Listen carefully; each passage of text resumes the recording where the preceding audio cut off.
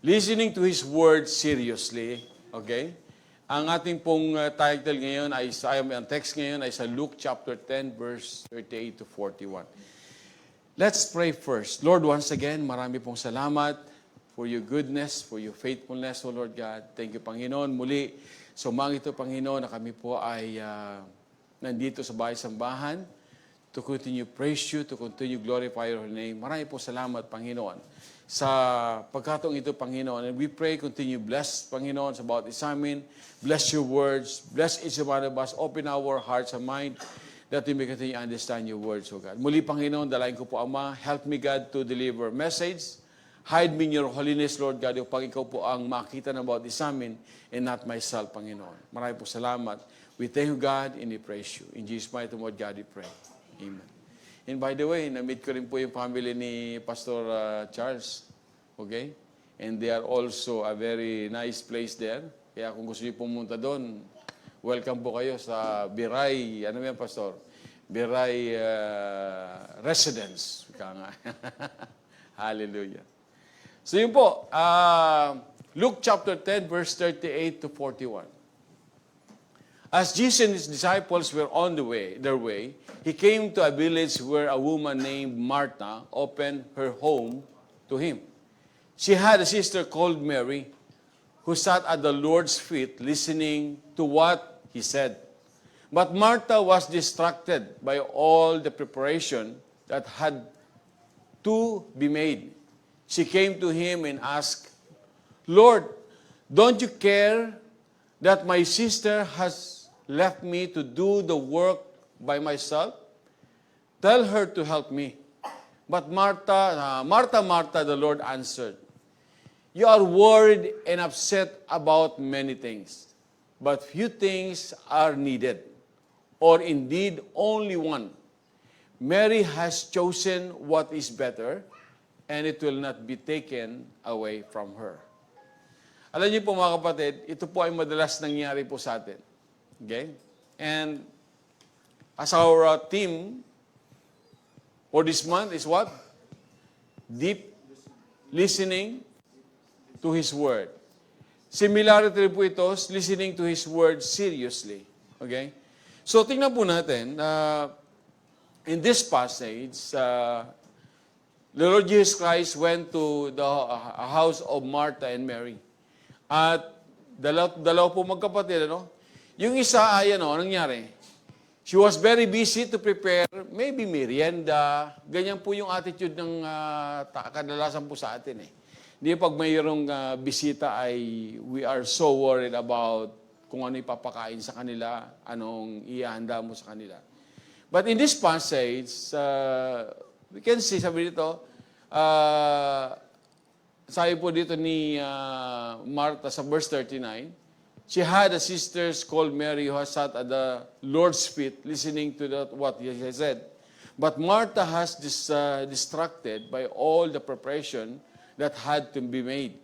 She came to him and asked, "Lord, don't you care that my sister had left me to do the work by myself? Tell her to help me." So, sa madaling sabi, si Mary ay nandun po sa paanan ng Panginoon, seriously, kapatid, seriously listening of what the Lord Jesus Christ said. Yung kapatid naman niya, itong si Martha, nandun sa kusina. Busy. Nagluluto ng hamburger, nag-juice, whatever, ganon. At sabi niya, "Panginoon, di ba utusan si Martha or si Mary na tulungan ba lang ako dito sa ginagawa ko?" Well, the intention of Martha, okay, is also good. Ano masama, di ba? It looks like okay. Why? She prepared food para sa bisita, like sa ating Panginoon and the disciples. Okay? It looks like okay. Pero, tingnan po natin, mas higit na mas mahalaga yung ginagawa po ni Mary. And you know what's the reply of the Lord? Tingnan po natin, sabi ng Panginoon, "Martha, Martha," the Lord answered, "You are worried and upset about many things, but few things are needed." Okay? Or indeed, only one. Mary has chosen what is better and it will not be taken away from her. Ano po misay po dito mga kapatid? Alam niyo po yung pakikinig ng salita ng Diyos. It is very, very important. Sometimes, that's why I always inform to our brethren who's preparing food. Okay, lalo yung mga kalalakihan po, yung men's, sometimes they prepare yung pagkain sa kusina. I told her, make it sure na during worship, nandito na tayo sa loob. Wala nang nasa kusina. Okay? Ibig sabihin yun po ay para sa lahat, not only doon. Kasi pastor, sila yung sila ngayon yung naka-schedule. No. Hindi po yun ang reason, mga kapatid. Hindi po yun ang excuse natin. Because worship, to listen to the Word of God, is very, very serious. Physical food, even one day hindi po tayo kumain, or 1 week tayo hindi kumain, doesn't matter, di ba? Kaya po natin eh. The Lord Jesus Christ, 40 days nga siya nag-fasting eh. That's why the Lord Jesus Christ said, Martha, Martha, the Lord answered, you are worried and upset about many things. Di ba? But few things are needed, sabi ito, or only one thing. Very clear po yan. Mary has chosen, pinili daw ni Mary yung pinakamahalaga, yung pakikinig ng salita ng Diyos. That's why po mga kapatid, ito po ay hindi po lang kay Martha or ito po ay para sa lahat po mga kapatid. When it comes to the Word of God, okay, as much as possible, forsake everything. Punta po tayo kay Lord para makinig ng salita ng Diyos. Amen? That's what the Lord Jesus Christ said here. And then, in this passage, sa Acts chapter 17, 10 to 12, see how the Berean attitude here. As soon as it was, by the way, si Paul and Silas went to that place to preach the gospel. Okay?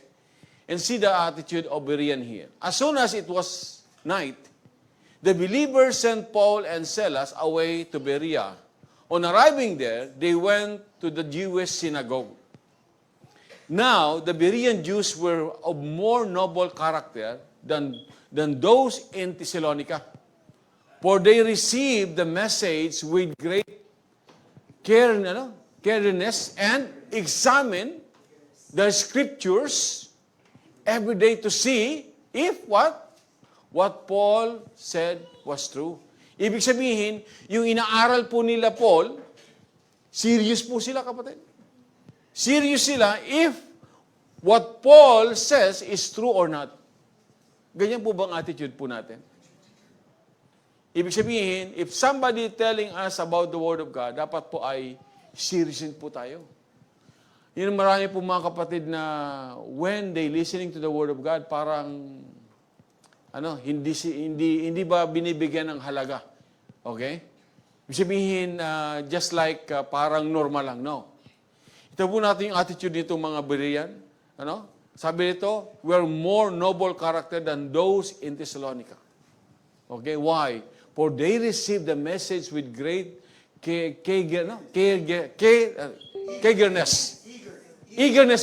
sorry, I thought that, eagerness and, ano eagerness? Yung sobra yung kanyang, yung kasabikan. Okay? Uhaw, parang gano'n, no? And examine the scripture. By the way, I always tell this to our brethren. When somebody speak to you about the Word of God, kunin po rin natin ang ating Biblia. Alamin po natin kung tama yung kanyang sinasabi. Okay? Why? Because it is our responsibility to carefully listen to what He says according to what the Word of God says. Okay? Alam niyo po, nung ako po ay nag-attend kami ni Minister Jin doon, I praise God because napakabuti talaga ng Panginoon. Because all of the pastors who share the Word of God, I also have yung conviction ba na God is really good. Meron po si Pastor Jesse doon sa Calgary when he preached. After he preached, he did also an altar call. Okay? Sabi ko, praise God. Sabi ko, nakakatuwa. And a lot of people also come forward and prayed for the acceptance of the Lord. Okay? So ito po ay yung eagerness itong mga taga Berean. Okay? Uhaw sila sa salita ng Diyos. The same our attitude when it comes to the Word of God. Okay? Some people, parang ang salita ng Diyos, okay lang yon, parang gano'n. No. Actually, we should treat the Word of God seriously. Okay? Dapat po palagi tayong mayroong excitement sa salita ng Diyos. At ano po nangyari dito? As a result, many of them believed, as did also a number of prominent Greek women and many Greek men. Marami pong mga taong nanampalataya sa Panginoon that time. Okay? So it is very important, mga kapatid, sa bawat isa atin, to listen to the Word of God seriously. What about sinabi ng Panginoon sa kanyang salita sa John chapter 12? This passage also a very serious. Why? Because ito pong Biblia mismo ang gagamitin ng Panginoon sa atin to judge one day. Hindi siya gagamit kung anumang haka-kahaka or anumang pong another batas. Ito po ang gagamitin ng Diyos sa atin. Sabi rito, if anyone hears my word but does not keep them. Okay? Ang sinuman daw nakinig sa kanyang mga salita, pero hindi ito isinapuso. And what else? Hindi siya naging serious. Hindi niya ito in-apply sa kanyang buhay. Sabi ng Panginoon, I do not judge that person. Hindi ko siya hatulan. Sabi ito, for I did not come to judge the world, but to save the world. Ang main objective po talaga ng ating Panginoon, why He came, is to save us. Amen? That is main objective ng ating Panginoon, which is already done. Tapos na po yun. Okay? Now, sabi dito ng ating Panginoon, tingnan po natin yung verse 48. There's a judge, meron daw hahatol, for the one who rejects me and does not accept my words. Meron daw hahatol sa taong, hindi tumanggap sa kanya at sa kanyang mga salita. Ibig sabihin, yung tao na yon, tingnan po natin that person, he hears the word of God, but he did not accept the word of God, and he did not serious to the Word of God. Ano sabi nito?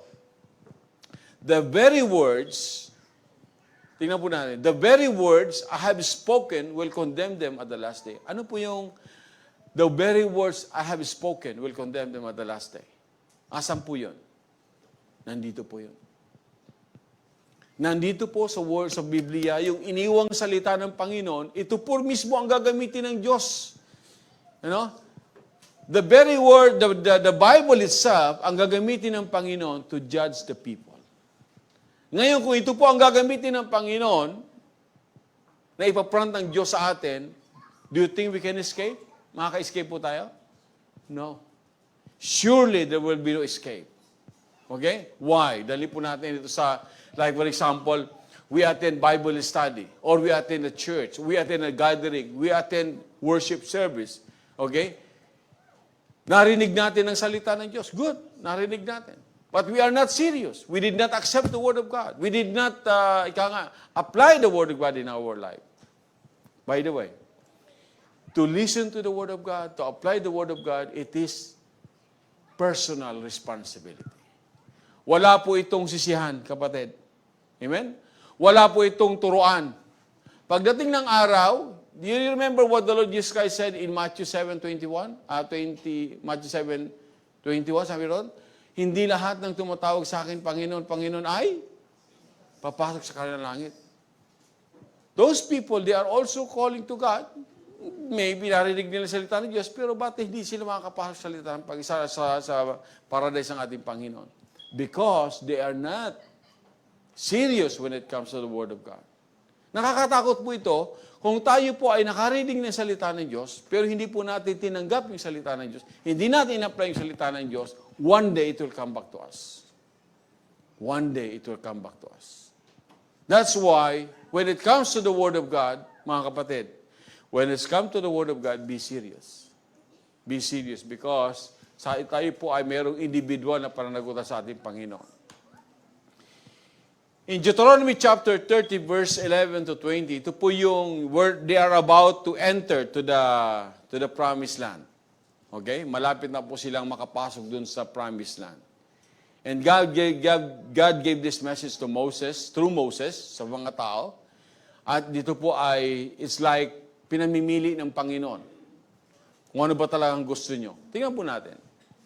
Now, what I am commanding you today is not too difficult for you or beyond your reach. It is not up in heaven, so that you have to ask, who will ascend into heaven to get it and proclaim it to us so we may obey it. Nor it is beyond the sea, so that you have to ask, who will cross the sea to get it and proclaim it to us so we may obey it. No, the word is very near to you. It is in your mouth and in your heart, so you may obey it. Tayo sabi sa verse 15. Tingnan po natin na highlight this passage. See, I said to you before today, life and prosperity. Para po mamimili ka rito eh. Life and prosperity. Death and destruction. Verse 16. For I command you today to love the Lord your God, to walk in obedience to Him, and to keep His commands, decrease in laws, then you will live and increase, and the Lord your God will bless you in the land you are entering to possess. Ano po ang key po dyan, mga kapatid? To love the Lord your God, and what else? To walk in obedience to Him, and to keep His commands, decrease in laws. Kapag ito daw po ay ginawa po natin, ano po ang magiging result? Sabi nito, and you will live and increase, and the Lord your God will bless us in the land where we are. Kung saan tayo naduroon. Pangako ng Diyos yan, mga kapatid.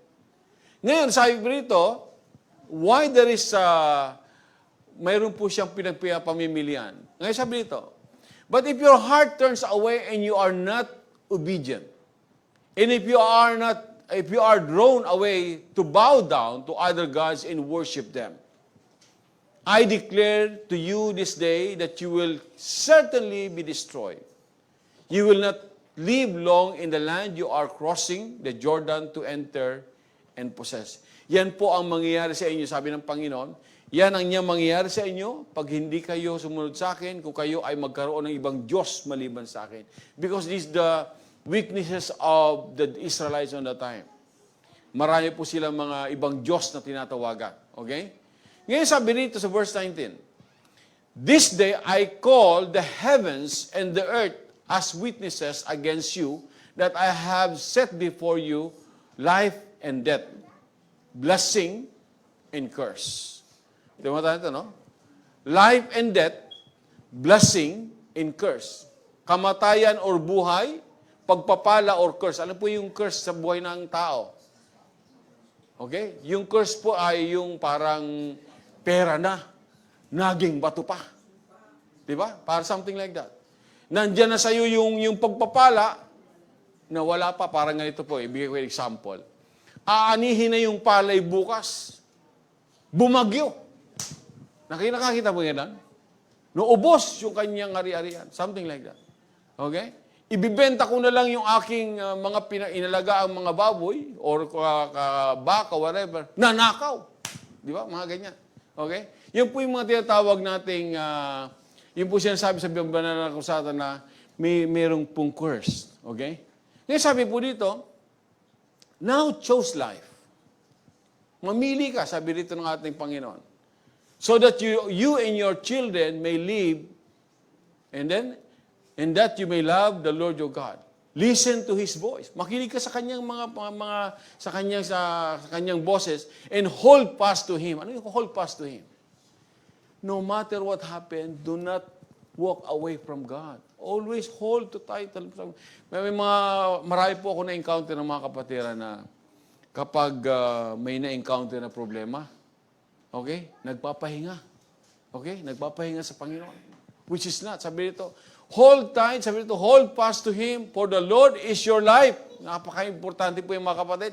Dahil ang ating Panginoon ang ating buhay. Yan yung tama yung sinabi ni Lord di ba?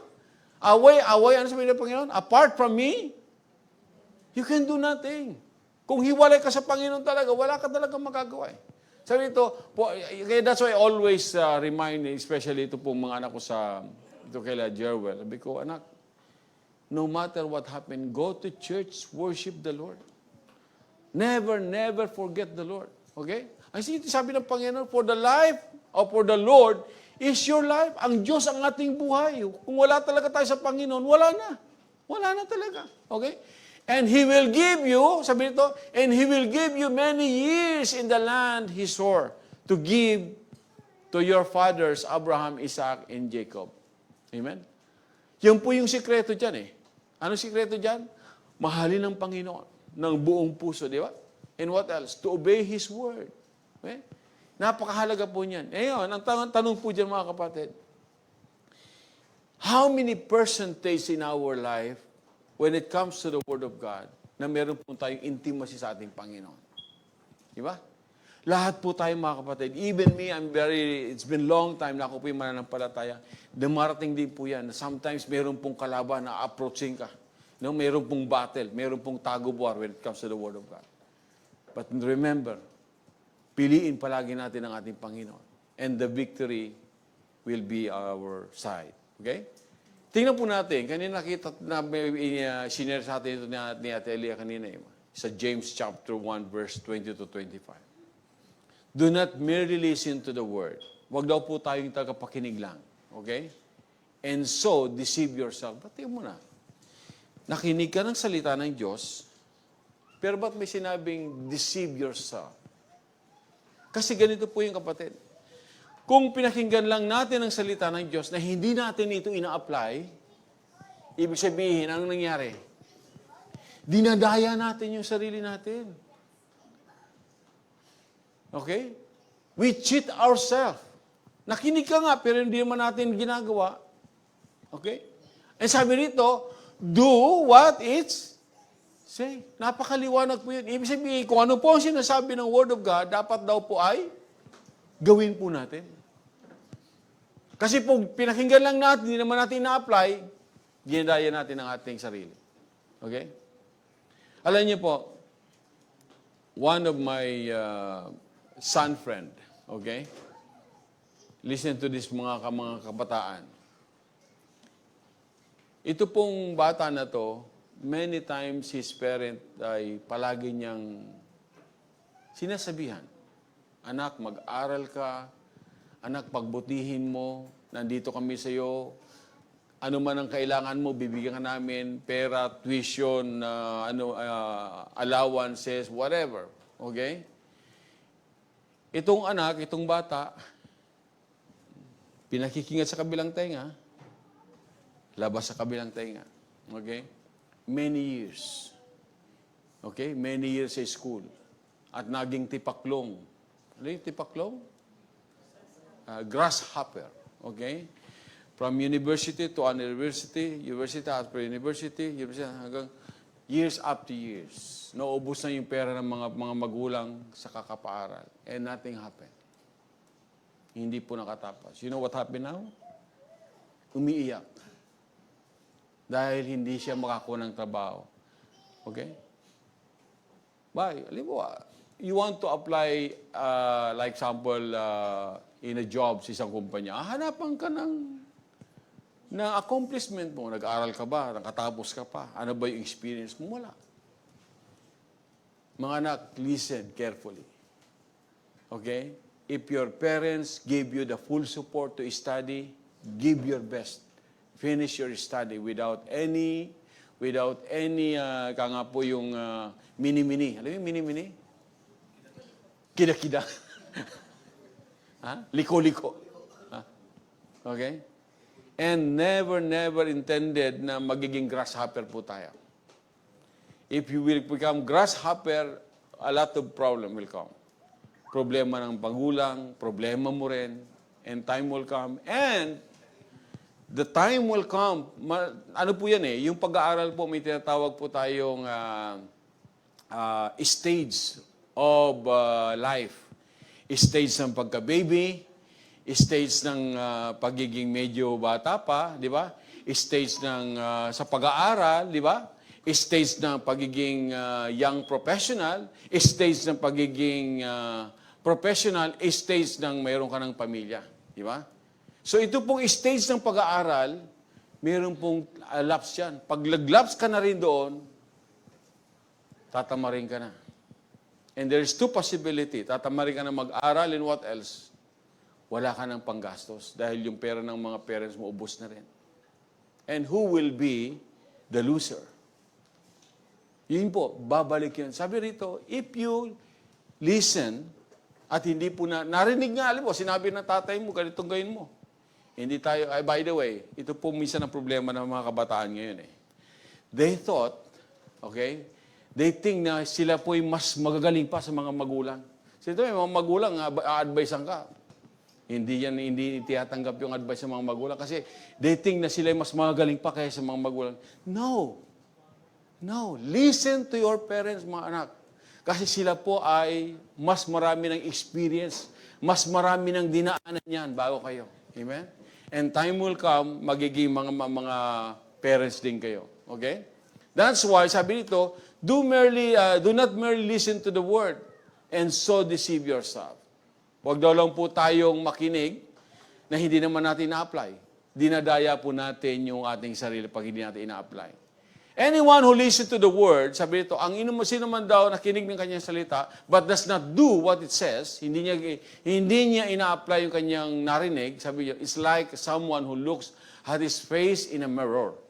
And after looking at himself, goes away immediately forget what he looks like. Ito pong reality. You can imagine your face now? Kung ano itsura ng mukha natin? 100% no. Yan po ang sinasabi po ng Word of God because that is real. Pag umarap pa sa salamin, then you can see, oh, ito talaga yung kagandahan ko, ito yung talagang kagwapuhan ko. Pag nasa halap ka ng salamin, di ba? Pero pag talikod mo, hindi mo na maalala. Yan ang illustration ng salita ng Diyos sa mga taong hindi nakinig ng salita ng Diyos at in-apply ang salita ng Diyos. Nakakalimutan ka agad. Okay? But, sabi sa verse 25, but whoever looks intently, ito po maganda yung pagkakasabi rito eh. But whoever looks intently into the perfect laws that gives freedom, okay, and continues in it. Ibig sabihin po, mga kapatid, hindi lang partially pala eh. Ako yun ba? Narinig po natin ang salita ng Diyos. Ito po illustration eh. Narinig natin ang salita ng Diyos, in-apply po natin, hindi lang po ito pansamantala. Okay? Sabi ito, and continues in it. Ibig sabihin sa pamumuhay po natin araw-araw. And sabi ito, not forgetting what they have heard. Hindi natin dapat kalimutan yung napakinggan po natin. But doing it, i-apply po natin, they will be blessed in what they do. Yan po yung sekreto. And I always tell this to my kids. Mga anak, ang sekreto ko si Lord. It's true. Yun ang sinabi ng Panginoon eh. Apart from me, you can do nothing. Sa lahat po ng angulo ng ating buhay, i-prioritize po natin si Lord. Prioritize the Word of God. Apply the Word of God in our life. The Lord will bless us. Okay? Kung gusto po natin magkaroon ng wisdom, kahit nakapiraso man lang kagaya kay Solomon, di ba? Si Solomon po, we can say, binigyan ng Lord ng how many percentage? 70% wisdom, di ba? Sabi ng Panginoon, sige, sige Solomon, humingi ka na ng gusto mo dahil ako'y natutuwa sa iyo. You want power, I'll give you power. You want wealth, I will give you. Name it. Sabi ni Solomon, Panginoon, ayoko ng kapangyarihan, ayoko ng kayamanan. Bigyan mo ko, Panginoon, ng wisdom. Mas lalong natuwa ang Panginoon.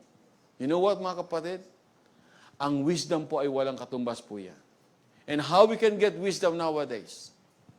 Through obeying the Word of God. Listen to the Word of God carefully and obey the Word of God. Okay? And then God, sabi nito, they will be blessed in what they do. Alam niyo po yung wisdom kung ano? Hindi po ito na pag-aaralan sa school, ang wisdom. Hindi po ito yung kahit nag-doctorate ka na, kung wala ka sa Panginoon, still, we need wisdom. An example yung wisdom, yung nangyari kay Solomon, di ba? Ano po nangyari? There is two ladies, they have baby, di ba? Meron silang batang pinag-aawayan. Sabi ng isa, akin tong anak na to. Sabi ng isa, di, anak ko yan. Sino ngayon ang magde-decide? Sino nakakaalam sa mag-asawa, sa dalawang babae na to kung sino talaga ang nanay? Ang ginawa nila, dinala nila kay Haring Solomon, di ba? Mahal na hari, they are fighting each other. Pinag-aawayan itong baby. Paano nga gawin ni Haring Solomon? Napakahirap, di ba? Wala nang magiging witness. Alam mo ang wisdom ng Panginoon na kay Solomon? O sige, guard, hatiin ng bata. Biro mo yun, mga kapatid? It's not talaga na mangyayari na hatiin di ba? Hatiin! Para wala nang mag-away. Di ba? Sabi nung nanay, nung tuntuong nanay, ay, wag na po. Kawawa ang anak ko. Sige na, sa kanya na lang. Sabi nung isa, sige, hatiin yan. Di ba? Hatiin. Tingnan po natin, That is the wisdom, kapatid. Sabi ni Haring Solomon, ikaw na gustong hatiin ng bata, hindi ka tunay na nanay. Yun sila to. Ibig sabihin na yung ganong klaseng sitwasyon, okay, God will give us a clear mind on how to decide sa tama at mali. And who can give us that one? Hindi po sa school na kukuha yun, kapatid. Hindi po yan nakukuha sa mag-doctorate po tayo, hindi natin makukuha yan. Kay Lord lang natin makukuha yan. And how to get it? Listen to the Word of God and apply the Word of God. Obey the Lord. Okay? Love the Lord. That is the secret there. Amen? Then, in Proverbs chapter 1, verse 1 to 7, the Proverbs of Solomon, the son of David, king of Israel, sabi dito, for gaining wisdom and instruction, for understanding word of insight, for receiving instruction in prudent behavior, doing what is right and just and fair, for giving prudence to those who are simple, knowledge and discretion to the young. Let the wise listen and add to their learning, and let the discerning get guidance. For understanding provides and parables, the saying and riddles of the wise, and the fear of the Lord is the beginning of knowledge, but fools despite wisdom and instruction. I highlight verse 5. Let the wise listen and add to their learning. Diba? Yung pong daw taong wise, kung wise daw po tayo, okay? Dapat daw po ay maano tayo sa pakikinig. Okay? I remember one of the good testimony po, isang babae na she is graduated in UP on the time as summa cum laude. Naalala niyo po yung patotoo na to? She's very smart. Meron po siya tinatawag na photographic memory. Pag siya po yung nagbasa, like example, medical book, binasa niya, she can understand easily. Okay? Then one day, she read the Bible. Ito po nangyari. Sabi niya, why I could not understand the Bible. Admitted niya, matalino siya. Sa lahat ng niyang libro na binasa ko, hindi ko ito maintindihan. You know what she did? Naging humble po siya. Nagpakababa, kahit matalino siya, she joined in Bible study sa Christian church. And then, when she attended the Bible study, nakinig. And also, she accepted the Word of God. And what else? In-apply niya yung salita ng Diyos. And one day, she became a follower of Jesus. She became Christian. Sabi niya, now I understand na hindi pala, kung ikaw ay matalino, it's more than enough to understand the Word of God. Kailangan mo pala magkaroon ka ng Diyos. And how she get it? How she got that, yung wisdom? Nagpakababa po siya. Kahit po siya matalino, she humbled herself. Ito po isa, no? Let the wise listen and add to their learning. And let the discerning get guidance. Okay? And the fear of the Lord is the beginning of knowledge, but fools despise wisdom and instruction. In our conclusion po mga kapatid, sabi ito, I took the 1 Thessalonians chapter 2 verse 13. And we also thank God continuously because when you receive the word of God, sabi po ni Paul sa mga taga-Thessalonian, which you heard from us, you accepted it not as a human word, but as it's actually the word of God, which is indeed at work in your whole, in you who believe. Tingnan po natin, no? I-expound po natin ang count ito. Sabi ni Paul, ako'y nagpapasalamat sa Panginoon.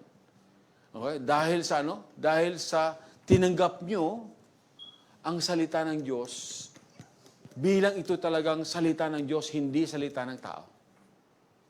Yun ang mga importante po yun, mga kapatid. That's very, very important. What is, what we call this, how to treat the Word of God in our life. Diba? Sabi ito, and we thanks also to God, continue because you were received the Word of God, which you heard from us. You accepted it as not as a human word. Okay? But as it actually it is the Word of God, which is indeed at work in you who believe. Alam niyo po yung salita ng Diyos kapag ito po ay tinanggap natin as talagang, Lord, ikaw talagang nagbigay nito sa akin. Okay? And Lord, I'm willing to give my life to you. Ito na sasabi po natin na ang salita ng Diyos ay naging rema sa buhay po natin. And you know what's become rema? Yung buhay ang salita ng Diyos sa katawan po natin, sa buhay po natin. That's very, very important. Because if we will treat the Word of God or the Bible as the Word of God, then God will change our life. Marami pong mga tao hindi nababago yung buhay. You know why? Because they treat the Word of God like as a human, sulat lang ng tao yan eh. Parang ganun, di ba? Pero no. It is very clear what Paul said here. And this is the secret also kung paano po tayo mababago ng Diyos on how our life become more strong faith sa ating Panginoon. Okay? So ngayon, in our conclusion po mga kapatid, kumusta po ang ating spiritual? How we treat the Word of God in our life. Okay? Sana po hindi po ito yung napakinggan po natin sa kabilang tainga, lumabas na kanina. Ang mamaya, lumabas na, wala na. Okay? And I remember there's one testimony, okay? Meron pong isang, anong tawag nun? Member of the church, okay? Ito pong tao na to, hindi po siya serious pagdating sa salita ng Diyos. At palagi, pag nandun sa loob ng church, palagi naghahanap ng fault ng ibang mga kapatiran. Okay? Critics na. Tawag ko tayo, critics. Critics. Okay? Then one day, he did critics to the pastor. Yung pastor mismo. Pagkatapos po ng preaching, okay? Sabi nitong kapatid na to, Pastor, I noticed kanina mali yung grammar na ginamit mo. Oh. Sabi, thank you, anak. Thank you very much for correcting me. Sabi niya, next time I'll try my best to correct it and improve my English, parang gano'n. Sabi naman ng pastor, did you remember what's the message that I gave to you? That I gave this morning? Hindi, pastor eh. That's the problem, anak, sabi niya. You noticed my grammar, but you did not notice the message. Ano pong message diyan, mga kapatid? Be careful. Listen to the message of God. Amen? Sa salita ng Diyos pa tayo palagi makinig at ang Diyos ay pagpapalain po tayo. May I call our praise and worship team? I love to sing that song, yung pong huli yung kinanta po natin kanina. Okay? Tumayo po tayong lahat, mga kapatid. And while we sing the song, let's sing the song prayerfully. At lalo pa nating namnamin ang salita ng Diyos. And let's declare from the bottom of our hearts kung gaano natin kamahal ang ating Panginoon. Amen? Let's worship God and through this song, and let's dedicate this song to our Lord God. Amen?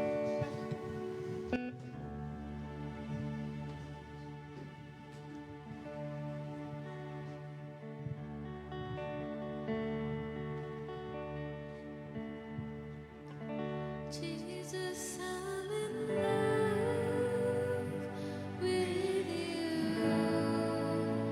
Jesus, I'm in love with you.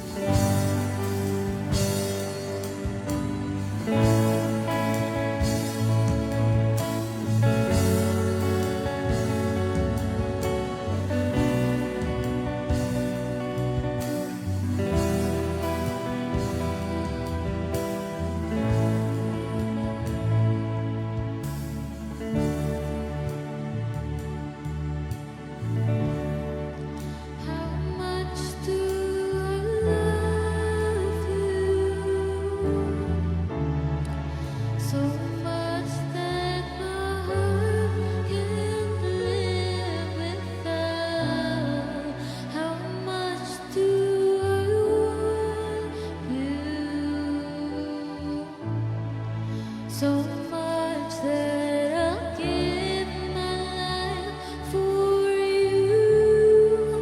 How much do I love you?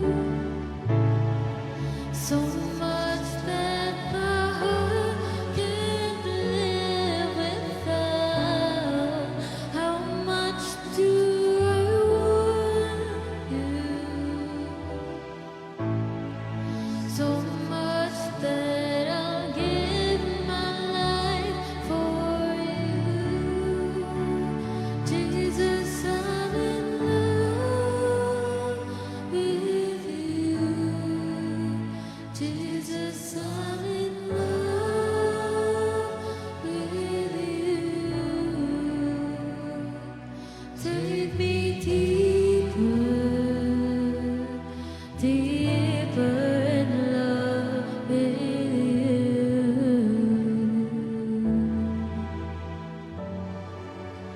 Jesus, I want more of you.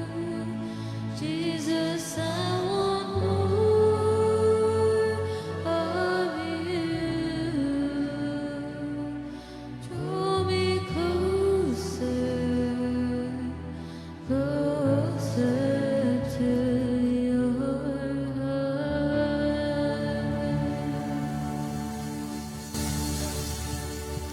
Yes, Lord. Lord, ito po ang aming panalangin, Lord, sa iyo. Help us, Lord, that we may continue closer to you, Panginoon. Ang aming pananampalataya, Panginoon, help us, Lord, to become more deeper and deeper to your words, O God. Help us, O God, that we may continue live according to your words. Sa lahat na napapagyan po namin mensahe, Panginoon, help us, Lord, na lahat ng ito, Panginoon, ay mai-treasure po sa aming mga puso at patuloy na ito'y magrema sa mga buhay po namin, Panginoon. Lord, help us. Na kung wala ka po sa aming buhay, we can do nothing, Panginoon. Lord God, thank you for your words. Thank you for your message. Thank you, Lord God, na palagi ka nandyan sa amin to guide us, to help us, Lord, na makalakad ayon po sa iyong kalooban. And whatever weaknesses we have, Panginoon, Lord, in Jesus' name. In Jesus' name, Lord God. Remove all the weaknesses that we have, O Lord God. And continue mold us, Panginoon, according to your will, according to your plan, Panginoon. Patuloy po namin pinagkakatiwala sa iyo, Lord God, ang aming pong mga buhay. We love you, Jesus. We praise you, God. In Jesus' mighty name, God, we pray. Amen.